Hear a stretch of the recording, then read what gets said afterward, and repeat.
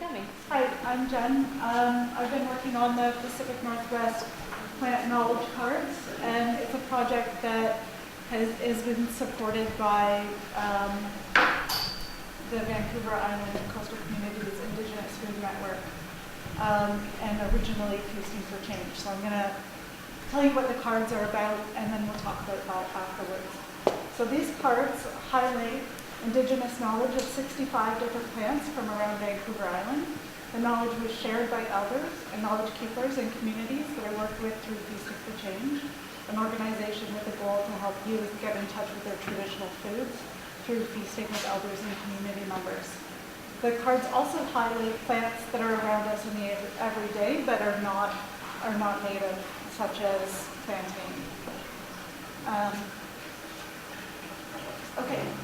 So the cards were created to share the knowledge, increase food literacy, and encourage Indigenous youth to learn about their traditional knowledge. It also helps non-Indigenous people learn about our environment and how to interact with it. They're designed to be taken out on hikes or walks to help identify plants and their uses. They have a laminate finish to withstand the West Coast wetness and are on a thick cardstock. So just go outside with them, and they're about this big. The slides are laid out in a really specific way. There are two different photos of the plants in different seasons or different parts of the plant, so you can help identify them. The names of the plants are here at the top, and the description is there at the top, and then the uses. And then this is a legend that I developed to help you look through that really quickly. You can see that there's a lot of information there, and so you want to be able to identify which parts of plants do what really quickly. So I'm going to go through Oregon grape as an example and work through this part. So, sorry, I'm super nervous. Okay, so you can see the two photos. One of the leaves and the berries when they're ripe, and the other photos of the flowers during spring. The box highlights the name of the plants in English, Latin, and then 3 Indigenous languages, so Tahltan, Coconino, and Dingbat.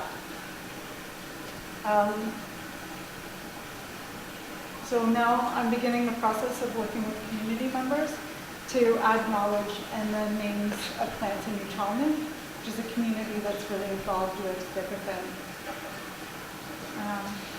You can see here's the description of the plants. It describes the sharp spiny teeth of the edge of the leaves, and also the dusty blue berries down below, so it helps identify.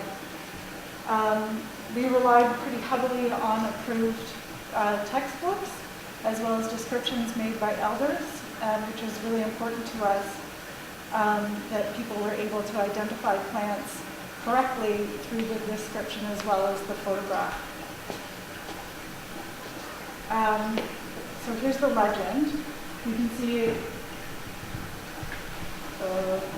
this one is a little bit weird. Sorry. Anyway, so you can see here's the.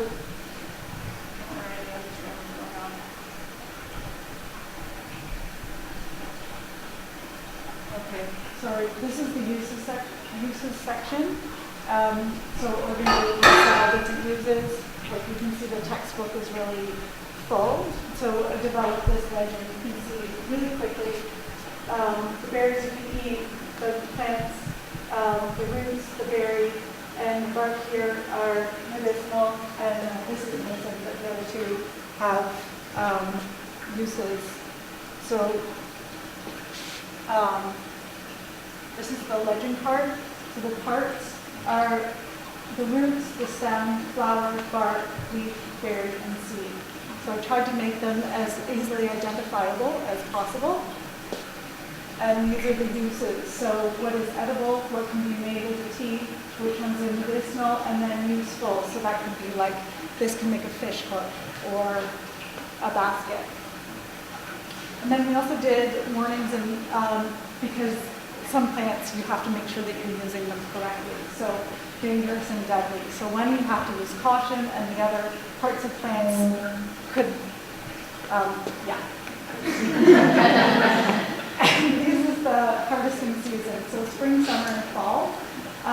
We chose not to do winter because the West Coast doesn't really have one. So we just focused on those three. So here is just sort of an example. You can see the legend. So the fir tips can be used as a tea, and the bark can be used as medicinal and as something useful. So then you would look to actually look in more detail to see what you could actually do with it. And then you can see also that this can be harvested in the spring, summer, and fall. Or parts can be harvested, not everything all at once, but you get just an immediate idea, okay, it's spring, what can I harvest now? And you can also sort through them to make sure if it's like right now, you could look and say, okay, well, I want to go out, I'm just going to take cards that have this symbol on them, so you're not taking the whole deck.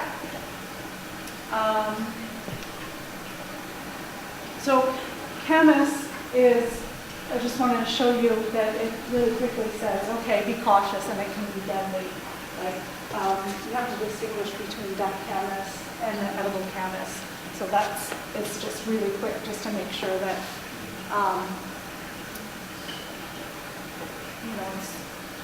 the quick identification tool. And then you can also see that the roots are edible.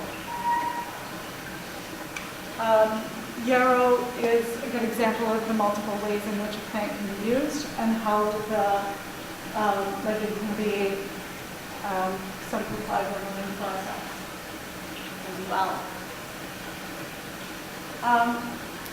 We also used multiple photographs to help with the positive identification. For example, Sea Rocket shows the plant at different stages of development, which is important because you can eat both the seed heads and the flowers. Just as a note, all the photographs are taken by local people within the community. There's really focuses on community and the knowledge that people bring from it.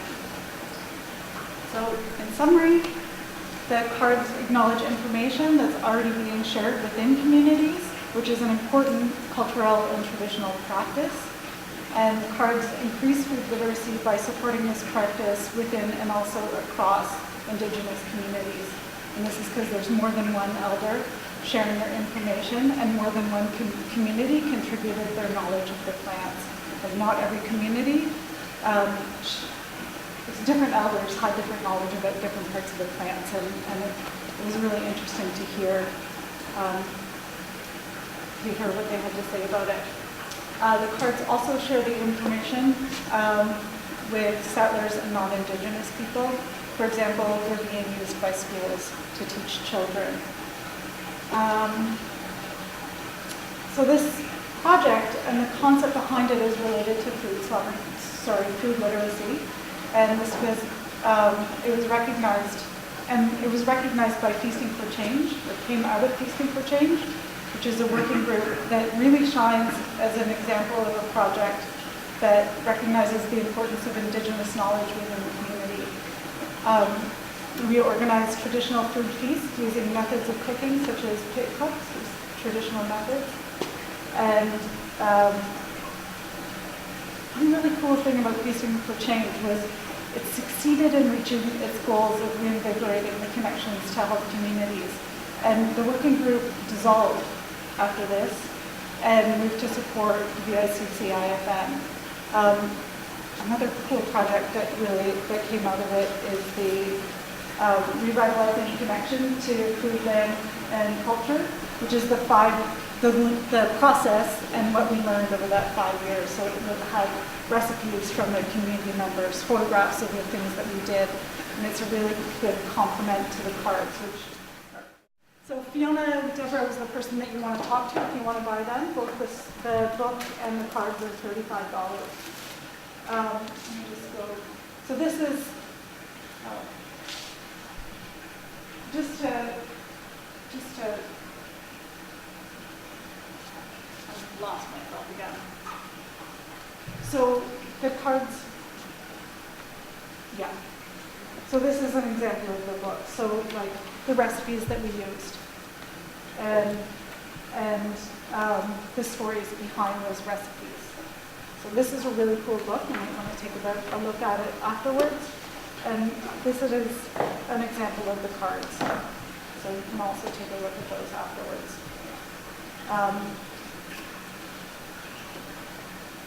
Yeah, so now Wikifin is supporting this project because they really recognize the traditional knowledge and how it rests within the community.